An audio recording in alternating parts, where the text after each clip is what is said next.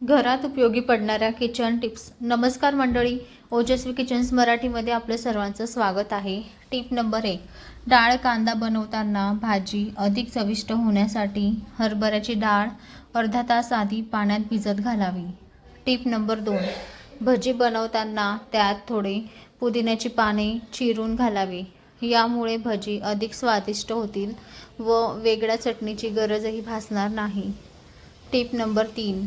सुकामेवा जास्त काळ टिकण्यासाठी त्यामध्ये 2 ते 4 लवंग टाकून ठेवावे.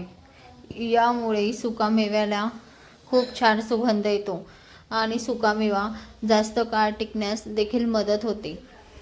Tip number 4. आपण सुकामेवा जास्त काळ टिकवण्यासाठी ते तव्यावर थोडे रोस्ट करून मग स्टोअर करू शकतो, ज्यामुळे त्यांना कीड लागणार नाही आणि ते जास्त दिवस टिकू शकतील.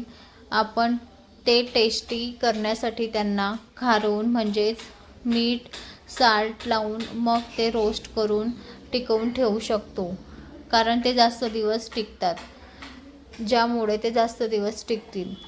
Tip number 5. पावसाळ्यात लहान मुलांना मलेरिया चिकनगुनियासारखे आजार बळावतात.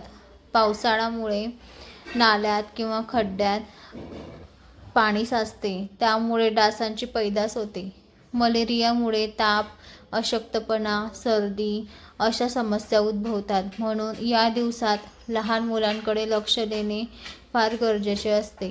तर मंडळी, व्हिडिओ आवडला असेल तर चॅनलला नक्की लाईक आणि सबस्क्राईब करा. शेअर करायला विसरू नका. धन्यवाद.